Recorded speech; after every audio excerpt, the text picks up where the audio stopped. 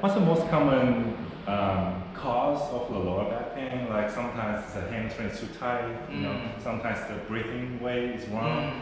Yeah, what's normally one? That's a really good question. I think the official answer is we don't really know. I think that's why low back pain is so hard to treat and why it's such a big problem. Right. I think some of the things you mentioned can be potential factors. In strength training communities and populations, I think part of it has to do with load management.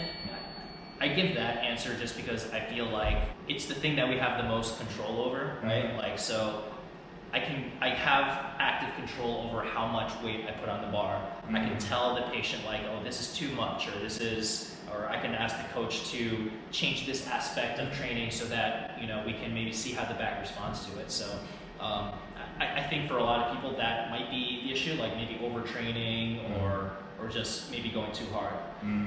That being said, like I think pain is so multifactorial, right? If you're stressed out, I don't know, like a family to care for, or you're going through a tough time or something, like these are all things that affect like the level of pain and your susceptibility to it. But again, like I think that can be our advantage too, because one of the things that helped me so much when I was working with Sean, my powerlifting coach, was whenever you check in with your coach, like you discuss all these things. Like you discuss all the factors that could potentially improve or decrease your performance. And I think those all kind of have an effect on pain. So yeah, so I wish I could have like a more simple answer, but in cases where it's load management, like I think it's good that we can kind of change things from that angle. But there's going to be a lot of people where like, you know, my load was fine. Like I've been doing this for years and I didn't feel any pain during the session, but like I have this lingering back pain that keeps going on. And I think I think it's harder to kind of figure out precisely why those things happen. But but that's one of the fun things about being a physical therapist too. It's like being a detective and figuring out like what can I tweak in this person's lifestyle to maybe, you know, make this better. So I think it's kind of confused for a lot of people, like, should I go more like with the weight training, or should I like sit all day without any loading? I say that it's very difficult and confused for most people, because like you say, it's unknown, like why it happened. So we have to like assess maybe like basics in like range of motion, like the basic strengths, like that. Like and if there are certain things that jump out at you that are like, these are definitely things that I could work on, like weak lumbar spine endurance for whatever reason, I'm just throwing something out there, or it could be strength, right? Or let's say my hip internal rotation on my left is like far less than that of my right. Like, is that going to affect my squat mechanics a little bit? And maybe if I shift a little to get away from that lack of range of motion, right? Like, I think those are all things that have an effect on it, right? Whether or not changing those things like has an immediate effect, to your point, like at the same time, like let's see as much as we can see and try to address it from those levels, and then see how the body responds to loading, right? So I think as long as we're constantly retesting and being in constant rapport with the patient, getting feedback about like everything you change, see if it changes your situation and how your body is tolerating the load, and then that's something that you can kind of hang your hat on and feel confident about. I see. And with the patient, do you have your own system to assess the patient? Like SFMA is a good, easy tool to assess patient, but it's not like very detailed to it. So do you have your own like system to see the patient? Yeah, I can't say I do. You know, I like to think of myself as a generalist. I think in physical therapy, there's so many different like philosophies and approaches and camps.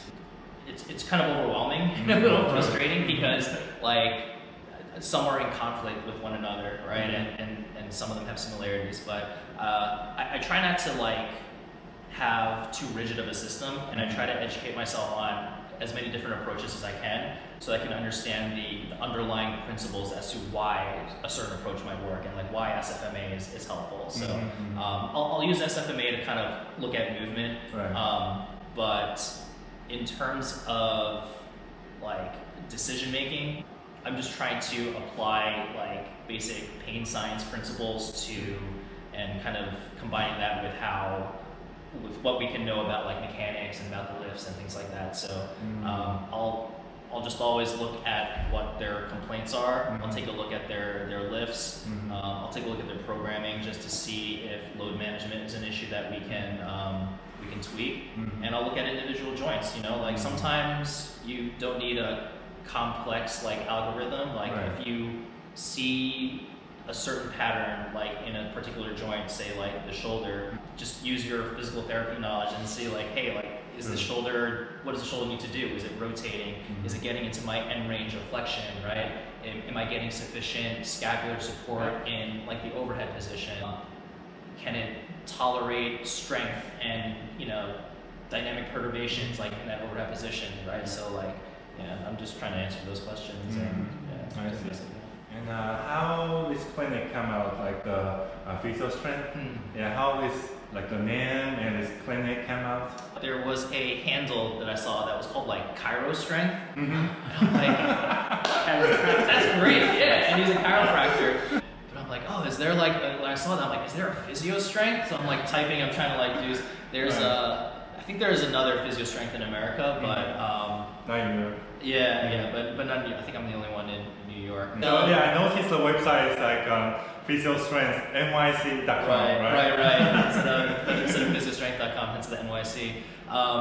But yeah, like I think going back to some of the earlier questions that we talked about how like I love exercise and movement, and I think that's such a huge, it's not the only part of what entails being a physical therapist, but I think it's like a big part, and I think in general that's what people need to be doing in order to be well, right? Like figure out what type of movement and strength building I can do to resolve something.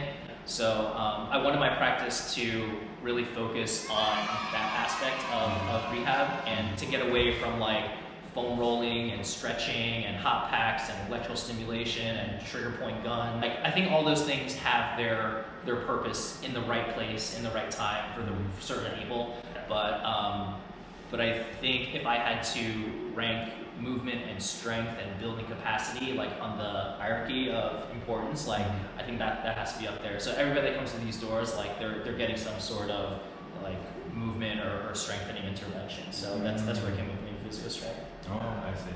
And is that most of the patient coming with like they have a big one with weightlifting or powerlifting, or they just like general patient? Oh yeah, so I'll see general populations too. Like I'll see people who just have, maybe they've just had a kid and they have like shoulder pain or wrist pain. I'll see anybody that is willing to, you know, get better. And because you can see the space here, like if I sit in the office the whole day, like maybe 2-3 years, and come in here like right. So some people are like surprised about that, especially the people that maybe they've been to physical therapy before, but like it's more of like a traditional clinic where there's like many tables and there's lots of patients and lots of PTs, and like they come in and they see like a squat rack and like some dumbbells and kettlebell. They kind of get the picture like, oh, okay, so like I'm here to work, you know, and I like that, you know. But I think I try to market to people that have that as an interest too. So like, well, I'll see like random people off the street, but I would say the majority of people that I see, like they kind of see my website, or they might see like an Instagram post that I make and I'm doing exercises, and I think that's what the community that I resonate the most with. So. I see. Can you share about experience with your powerlifting, or also like Ryan can share experience with your weightlifting too? Like there's some like certain points kind of difficult to break through, like the loading, like the skill too. If like if I plateau and like I can't break beyond a certain barrier. Because for most physiotherapy they have, I think most of the physiotherapy is not good with powerlifting. Yeah. I would say, for me, I think I actually experienced those like quite a bit, for better or for worse. But is it skill or the loading? Maybe a little bit of both. Okay. Like I think we can always work on aspects of our skill, right? Like there's always something to be learned and something that I can make better. Right. Something that encourages me is like I'll see friends or colleagues that are much stronger than me, that have been doing this for like a long period of time, and they go through the same plateaus, but they'll never stop, like, you know, thinking about how I can make this lift better. Like, what am I currently doing that's causing me to maybe have some difficulty? And like, they're thinking about like the best ways to make something more efficient. And I love that constant like thought process of trying to improve and thinking about ways that you can change. So I'll give it just a perfect example for me. Like, my coach noticed that I was maybe a little bit more hyperextended than I needed to be, and that was maybe contributing to some of the issues I was having, like coming out of my squat. So trying to work on that from like a motor control perspective and keeping the cues that he was giving me. So that was one way that I was trying to, you know, break certain plateaus that I had. But yeah, I think other things that can improve performance is like, all right, what are the things that I have control over? What are the things that I don't have as much control over, that, as for better or for worse, like if this is my situation, like if I can't control it, then I'm gonna do everything that I can in spite of that. So first thing for me that comes to mind is like time is scarce, and like if I'm very busy with work and I know I'm not gonna be able to get like a quality training session on, like, let's say a Tuesday, a Thursday, and a Saturday, and I have to kind of bunch it together, and I have to like maybe not go as intensely. Like I think that's kind of like my reality, you know. Like I work as a paper. It's the stresses of life, right? It's hard to juggle those stresses. So rather than get bogged down on like, oh my God, I can't go in. Like I failed my lift again. Like, you know, understand that I have other competing priorities, and that's okay, right? Like, I'm going to do as much as I can given my other priorities. I'm not going to make excuses for myself. I'm still going to try the best as I can given the time that I'm allocating to this, and I need to manage my expectations appropriately. So now if I go through that thought process and I think like, all right, maybe I'm not being as responsible as I can with my sleep. I'm not eating as well as I could, right? I'm not being responsible with my time in regards to work. Like if I make an honest assessment of myself and those are things that I'm doing, like, okay, this could be contributing to my poor performance. Like, if you can have the best technique in the world, if you're getting like 4.5 hours of sleep at night, which I do sometimes, like you can be as like deliberate as you can about that technique, and like if your form doesn't get better, like, you know, don't beat yourself up over it because like your technique is you know, not being able to change. Like just get some sleep, you know, like drink water, stay hydrated, get rest, you know. So it's not only physical but also like mental, like lifestyle. You have to like sleep, hydrate, nutrition. Oh my gosh, and let's say I go through that list of my sleep and my nutrition and my stress, and if that whole list is like, no, I've been good like these past 2 weeks, like I'm doing everything I could. All right, then that's when I'm pushing, like, all right, maybe I'll go a little harder during training. Maybe I'm not just trying hard enough. Maybe my technique is something that I do need a little more, like, you know, coaching on, and that's when I'll go to shine. And I think that's when I'll like look into the details of improving performance, you know. So yeah. And how about Ryan? Yeah, with powerlifting, it's more with the skill, I think. Like with pot clean, snatch, all that. Yeah, how do you go through that? I think the weightlifting is more about the technique because the movement is so fast. So I like to work with the strength and conditioner coach or other weightlifting athlete or the coach of the weightlifting, because every professional, they can see different aspect of the weightlifting.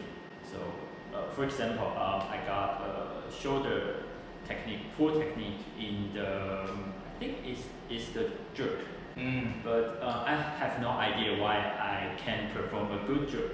So I asked about the weightlifting coach, let's say you have to push more, blah blah blah blah, and I use my physical therapy knowledge to assess what the problem is. Let's see, I got the slow movement because it's my schedule, unable to do something movement, and I break out. So what's happened is in my shoulder, and I train it, and I see the technique improve. So I think the most important is to communicate or to talk about with other professionals, because everyone has their professional knowledge to see the different aspect, which is I can't see that. Right. And then, like I said before, like as a powerlifter, I know certain aspects of performance and what it feels like to be like compressed by a squat in the bottom of the hole and like getting difficulty from that.